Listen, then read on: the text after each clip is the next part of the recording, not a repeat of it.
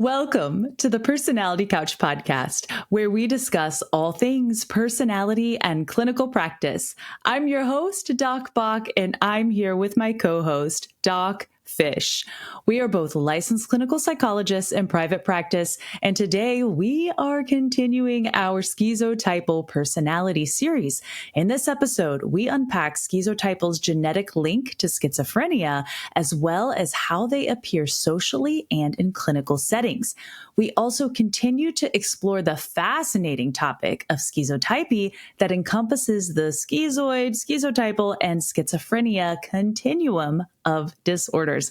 I am so excited about this episode. Let's dive in. We'll start with a little bit of history. So there used to be like a schizophrenia-like personality that came on the map in the early years of psychoanalysis. And there were a lot of names for it at the time before it became schizotypal. So these names included like borderline schizophrenia, ambulatory schizophrenia, the as-if personality, schizoid character, among other things. So theorists used a number of ways to study it, but we can mostly condense it down to two lines of thought: genetic studies and clinical experience or research. Right. Yes. And let's remember this was way before schizotypal personality disorder showed up in the DSM in 1980.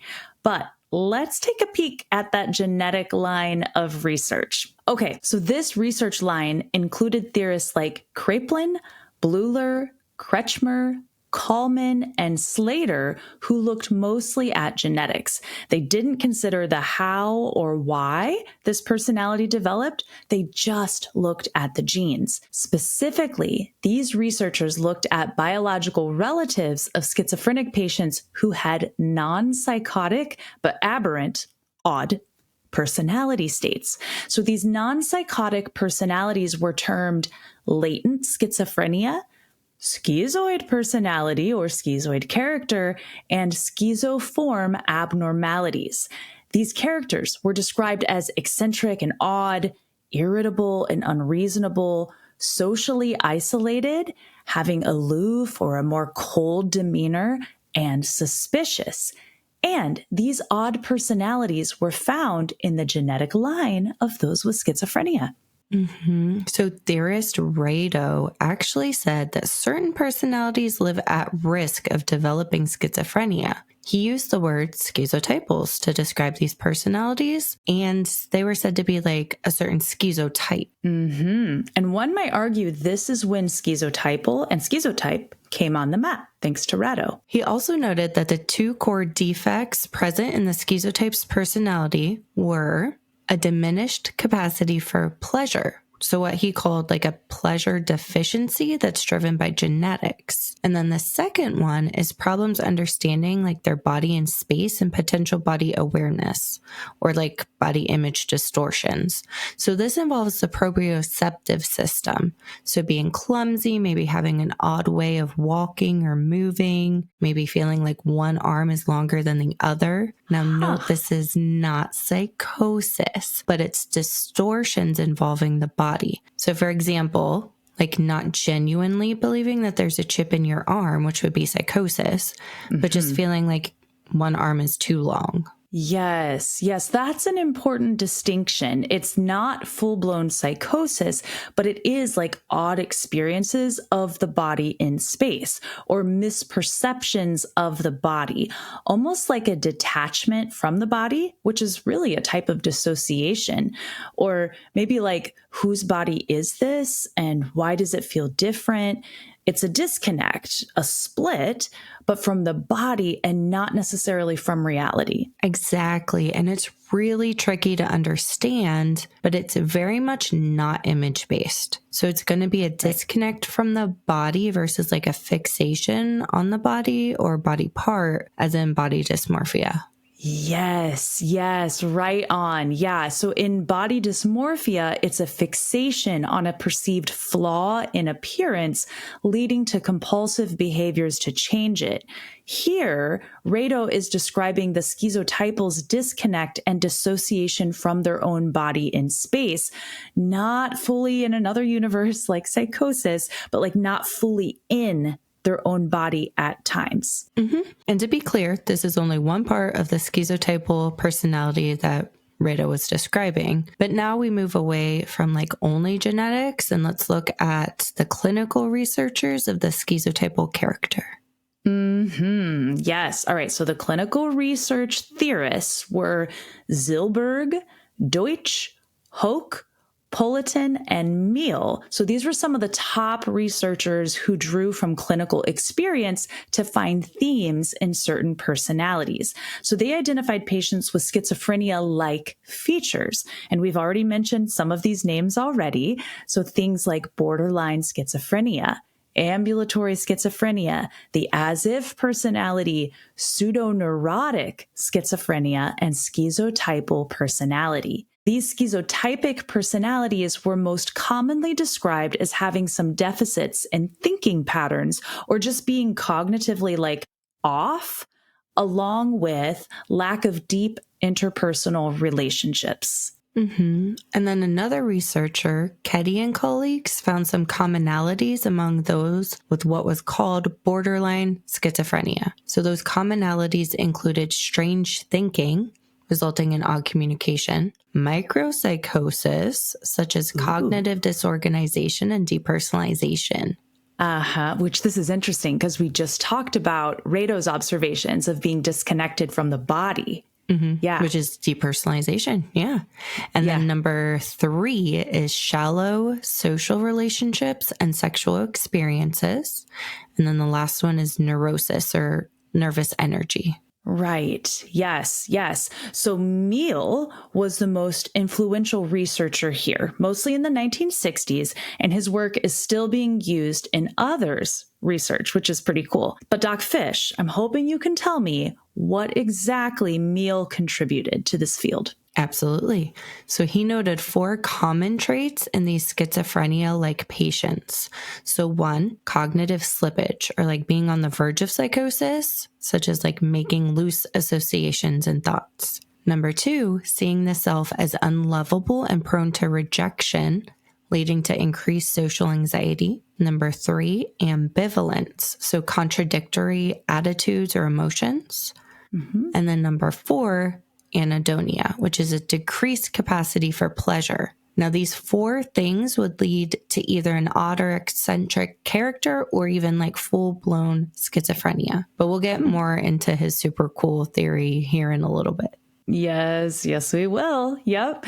So interestingly, Milan, our favorite personality theorist, later took both the genetic and the clinical lines of thought into his conceptualization of schizotypal individuals as what he called structurally defective personalities, or a personality that is backsliding, disintegrating, and straddling the line of reality and non-reality. Okay. So what psychodynamic theory previously called borderline levels of personality organization, Milan took that same concept and called it structurally defective. Yes, I think so. So if that interests you, we do have another episode in the works on the structurally defective personality types. So make sure you subscribe so you don't miss that one. All right. But what about schizotypal in the DSM? Yes, so schizotypal, as a term we know today, came about from diluting schizoid and its connections to schizophrenia and the non-psychotic schizophrenia-like disorder that existed with great frequency among relatives with schizophrenia. Ooh, so what you're saying is we took our crappy definition of schizoid and its possible connection to schizophrenia and defined schizotypal as the gray in between. So the borderland or the borderline area of functioning. Exactly. Okay. So then relatedly, the concept of borderline was also gaining traction in the 1960s and 1970s, and this popular word took on a number of meanings. So Keddy said that borderline includes marginal forms of schizophrenia. Okay. And then it's also included what we just referenced. So character organization, which came from Kernberg. So basically it's like what state a personality is in. Like, is it neurotic, psychotic, or somewhere in the borderline middle? Borderline was also a term used to describe an unstable personality disorder, which is the borderline we know now today in the DSM. It makes it confusing. Always, because we like to use the same word for everything in this field. I think we've talked about that in every series thus far. We use the same word to describe different concepts. So here we had to clarify what borderlines we were talking about as they related to the schizoid, schizotypal, schizophrenia continuum, and also which ones didn't belong in that category at all. So then this pushed schizotypal as a personality disorder into existence and then made it a thing in the DSM-3. So schizotypal in the DSM is, according to Kernberg, the intermingling of the most severe schizoid personalities and the tail end of schizophrenia. Yes, highlighting that it's a continuum. So schizoid to schizophrenia continuum, and schizotypals are in that middle place on the continuum. Like they're not quite psychotic, but maybe close. Yeah, borderline. But then some said to just take out the schizotypal stuff and put it with the schizophrenia stuff. But eventually it landed in cluster A personality disorder category alongside schizoid and paranoid. But guess what? What? If you look at the schizophrenia spectrum disorders in the DSM, like where schizophrenia is, you find this little tiny paragraph about schizotypal personality disorder there as well. Interesting. Both places. Yeah. Okay, well, I have a fun fact for you, Doc Fish. So with the DSM-3, when the schizotypal personality disorder came on the map, we actually saw a decrease in the diagnosis of schizophrenia and an increase in schizophrenia-related personality disorders. So perhaps delineating between pre-psychotic personalities and full-out schizophrenia was helpful, maybe? Perhaps, maybe. But let's get into the concept of schizotypy here, because I think this is one of the most helpful things to understand this schizoid, schizotypal schizophrenia spectrum. So Doc Fish, let's look at Meal's model of schizotypal psychopathology. Okay, so we are going to simplify this because it's super complex. I mean, considering it's human development. So the first part of human development involves genetics and DNA, which eventually influences personality. So there is a DNA-based genetic liability for schizophrenia, originally called the schizogene. Yes, but now we know it's more than just one gene, of course. So technically it's schizogenes. Yeah. Yes. Now this also involves epigenetic factors, which we won't dive into because it's more biology based. But essentially epigenetic factors include things that interact with genetics and alter the expression of the schizogenes. So the genes don't change, right? But for some people, the schizogene will express itself overtly.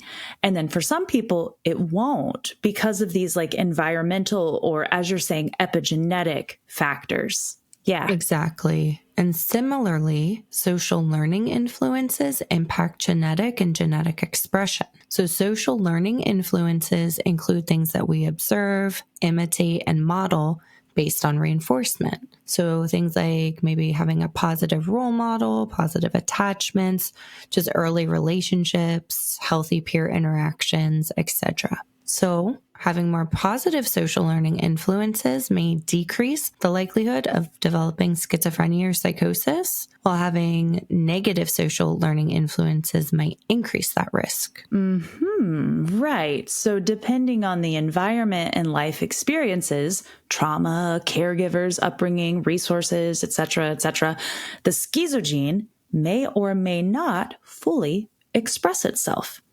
Okay. But then we also have to look at a super fascinating concept called schizotaxia in the brain.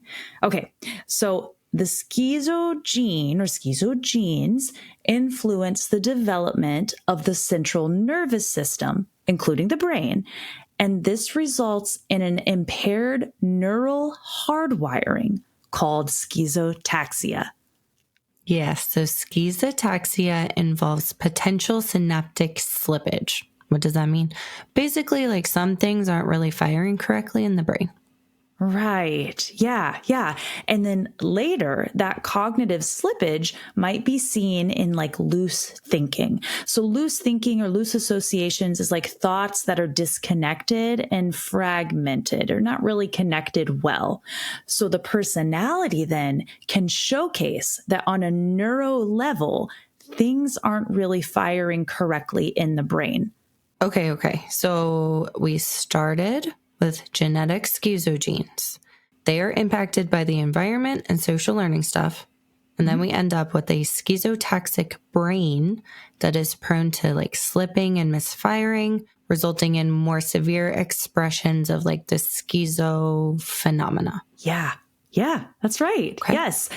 So then the schizotaxic brain interacts with what Meal called stressors, and one of my favorite phrases, polygenetic potentiators, right? So these polygenetic potentiators then lead to the personality organization of schizotypy. Okay, so what are these polygenetic potentiators? They are stressors. Like it can be mild stress all the way up to severe trauma. That's also a range, right?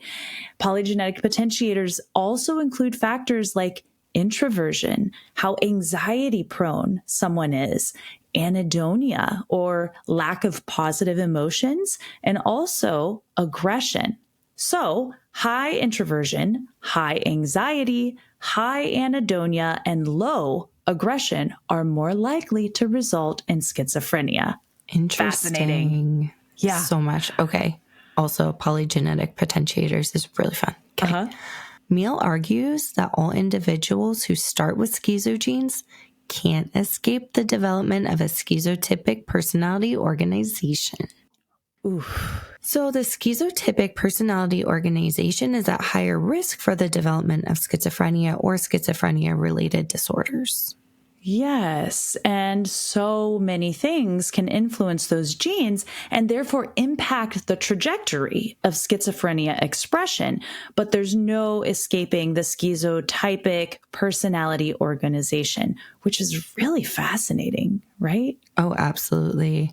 And then this actually leads us to something Meal called the endophenotypes, which are things that can develop due to schizotypy, but like they're not necessarily observable. Yes. Okay, so let's break down this word, endophenotype. So endo meaning within or inner, pheno meaning appear, type meaning categorical. So what do we have here with an endophenotype? It is the type within which schizotypy appears. Okay, so this can include things like sustained attention deficits, eye tracking problems or dysfunction, working memory impairments, motor function impairments, which I might argue is proprioceptive, like we were talking about. Where is my body in space? Yeah. And then thought disorder, which again points us back to that cognitive slippage, like something's not fully firing in the brain. Are we in reality? Yeah. Right. And so I think it's possible that this is where schizoid personality disorder might veer off, staying unobservable in the psychosis. So the psychosis risk perhaps is dealt with using like withdrawn to fantasy instead of outward symptoms. So there might only be like those internal things going on, which is why, as we said in the last episode, I think this might also be why schizoids can feel like they're going mad or crazy. Yes. At the same time, researchers are still arguing about whether or not schizoid is part of schizotypy. So we actually don't know. However, Doc Fish and I think that it is part of it, but researchers in general are confused. Surprise. Anyway. Yeah, for real. Getting back to Meal's model, everything that we just discussed is not observable. So we can't easily see somebody's DNA or neurological hardwiring. We weren't necessarily privy to somebody's social learning influences, stressors, innate traits. So the unobservable parts are the latent level of schizotypy, but then we come up to what Meehl called the plane of observation. Okay. So the plane of observation is kind of a line in the sand where the unobservable becomes observable. So on one side, you have the latent under the surface stuff. And then on the other side of the line is the manifest observable level of schizotypy.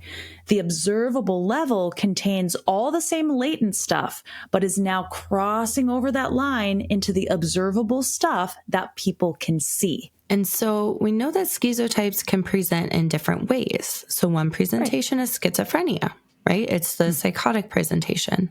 Yeah. Another presentation includes schizophrenia-related psychoses, which could be any psychotic disorder on the schizophrenia spectrum, like schizophreniform, delusional disorder. It includes some more short-term disorders that can eventually disintegrate into schizophrenia. Ooh, yeah. Then we also have schizotypic disorders, and specifically the Oxford Textbook of Psychopathology notes that these are schizotypal and paranoid personality disorders. So interesting. And again, if this is all a bit confusing, we do have charts and graphs and visuals that we add to our blogs, which I'll link if you're a visual learner. This stuff is really complex neuropsych stuff, but it's so interesting, and it was way too interesting not to share. Mm-hmm. Okay, Doc Buck, but what does schizotypal actually look like in somebody? Yeah, that's a tricky question. This is a hard one to diagnose because it can look like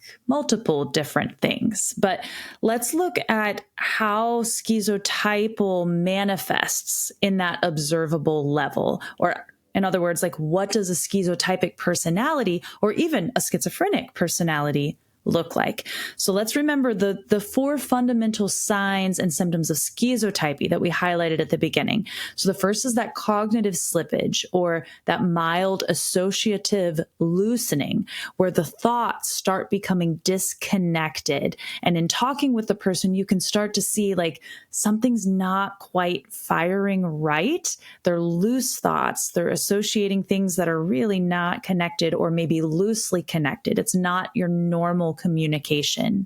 And then the second one is social fears that keep them fairly isolated. We'll get to that in a little bit, where that comes from with sense of self. But then we have the third one, and that's anhedonia, or lack of pleasure. Like they're not experiencing joy or those positive emotions. And then the fourth one is ambivalence, or conflicting thoughts and feelings. Like they're kind of on the line with everything. Is it yes, no, I don't know, maybe this, maybe that, kind of maybe wishy-washy or flighty. So then let's start with the outside. So physically, a schizotypic may wear like ill-fitting clothes or have an odd style of dress. Their appearance may be unkempt, and there's actually a lot of research and cases that highlight a low weight or emaciated appearance. Yeah, it's definitely odd. It's like, it's not artistic or fashionable. It's like, I just want to highlight, it's not their own artistic flair. It's bizarre and perhaps like not of the times. Like you said, maybe they're disheveled. Maybe they're wearing like ill-fitted clothing. It doesn't fit. It's too small, or it's just odd. Like it's not artsy and creative. It's just odd. And then we mentioned this previously too, as the early theorists found, but their perception of their physical body can also be off, like the limbs, like misjudging lengths of your appendages, arms, legs, like their body isn't solely in their control. Am I in my body? Am I out of it? Is this my hand? Are these my appendages? Like, where am I in this room? That reminds me, I also read that they can engage in odd movements to remind themselves that they're like alive. So they might twist themselves up like a pretzel, maybe gaining deep pressure input to ground themselves in the awareness that they're actually like a human, not like a thing. That is so interesting, having to get that external input that I am real. I exist. Wow. Moving up to cognitively. So their reality testing is towing that line of psychosis at the schizotypal level. So they might have interest in or even fixation with the paranormal, extraterrestrial stuff, or like fringe reality stuff, which involves misattributions or believing benign events are personal to me, which of course then can increase paranoia. Exactly. And they might feel like they maybe had a glimpse into the future. So Milan, 2004, highlighted a case where there was a belief that the patient could occasionally, quote, see the future in a visual form. He also claims that he can sometimes see what's going on in other places and what might happen if he were to go there. Isn't that interesting? Yeah, we're really flirting with the psychosis line on that one. Yeah. And also, these types can have frequent feelings of deja vu, right? Or the sense of like, I've been there before, which dovetails nicely into what you just said, Doc Fish, right? Like, am I in the future? Am I in the past? Am I here? Have I been here before? So these misperceptions of time and space and body are very, very common. Yeah.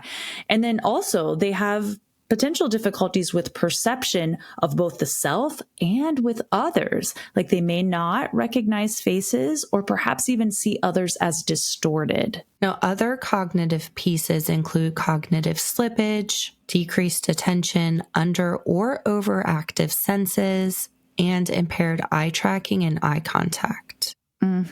Then, emotionally, they have difficulty with expressing feelings and difficulty picking up on others' emotions. So their expressions may be restricted or even inappropriate. Like, for example, they might smile when telling a sad story. And they also tend to experience higher anxiety and neuroticism, or like that nervous energy. So some researchers believe that they do not experience strong emotions other than that anxiety and fear. Now, they can also have paranoid ideation. So like, are you out to get me? So for example, if they're arrested, they maybe had a thought for a while that somebody wanted to set them up. Or they kept looking at me, so I know that they were talking about me. Yeah, and schizotypals aren't typically dangerous either. I want to say that. So if they're getting arrested, maybe it was for like speeding or something. I think they often interact with the police due to odd behaviors, not dangerous behaviors, if that makes sense. Yes, it does. Yeah, or like maybe like petty theft or something, or because it's a misunderstanding. It's not malicious. Right. They're not trying to harm other individuals. There's another personality type that can look a little similar, and that's the paranoid most likely, among others. There can be others too, but as far as like in that borderline in between place, there can be some overlap. But yeah. So anyway, I think we need to talk about self-concept too, because that's a really big piece of this type as well. So they have really poor self-awareness and low self-esteem, negative view of self. And schizotypals in particular have very deep insecurities, which leads to feeling like a failure and makes them also sensitive to criticism. And it's interesting because this can actually manifest in youth as well. I also think it's interesting that Milan noted their self-concept might be so poor that it seems like they have abandoned the self. Isn't that interesting? This, again, it's the theme of dissociation, like dissociation from the physical body and misperceptions of the body. It's dissociative. I've abandoned the self. I agree. Yeah. Yeah. So socially, they are frightened of others, resulting in avoiding socialization altogether. And they really are typically odd loners, like sometimes having no relationships outside of relatives. However, they might have a person or maybe a couple people that they talk to about like highly esoteric topics or like the fringe stuff. Yeah. Now, this actually hit me really intensely. There's a case in the Oxford textbook of psychopathology. And they noted that the experience of social interaction is similar to the feeling one has when one's knuckles accidentally scrape across a carrot grater. Oh, It's painful. It's painful. Whoa. And unexpected. Like, wow. Like socializing is painful. Yeah. And it's like a retreat. Like if I accidentally scrape my knuckle on the cheese grater or carrot grater or whatever, it's like, pull back. It's uncomfortable.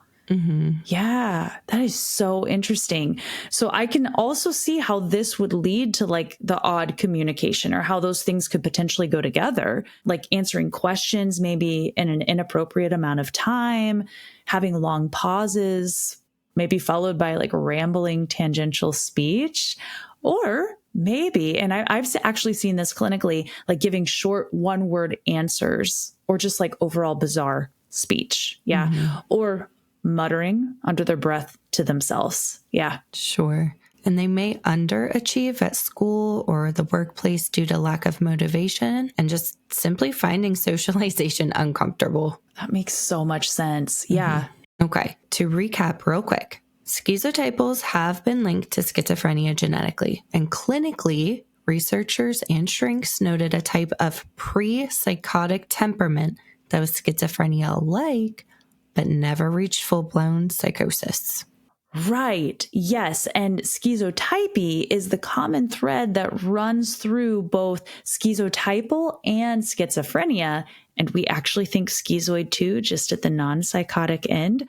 But the schizotypy serves as kind of the genetic liability for these conditions. So while we don't know what causes someone to become fully psychotic versus like living in this borderline or like schizotypal area, researchers suggest that it is a complex interplay of the schizo gene or genes, social reinforcement, environment, stress, trauma, blah, blah, blah, yada, yada, yada, all the things, right? So we hope that you will join us as we continue on this series and look further into the DSM schizotypal as well as subtypes. There's always so much to unpack with the personality, typologies, and disorders. So I do hope that you'll join us. But on that note, that is a wrap. So thank you for joining us today on this episode of The Personality Couch. Make sure to check out our blogs that coincide with these episodes at www.personalitycouch.com. And as always, don't forget to give us a thumbs up or rate and review us on your favorite podcast app. And on YouTube, hit that bell so you don't miss a single episode in our Schizotypal series. Be well, be kind, and we'll see you next time on The Personality Couch. This podcast is for informational purposes only and does not constitute a professional relationship. If you're in need of professional help, please seek out appropriate resources in your area. Information about clinical trends or diagnoses are discussed in broad and universal terms and do not refer to any specific person or case.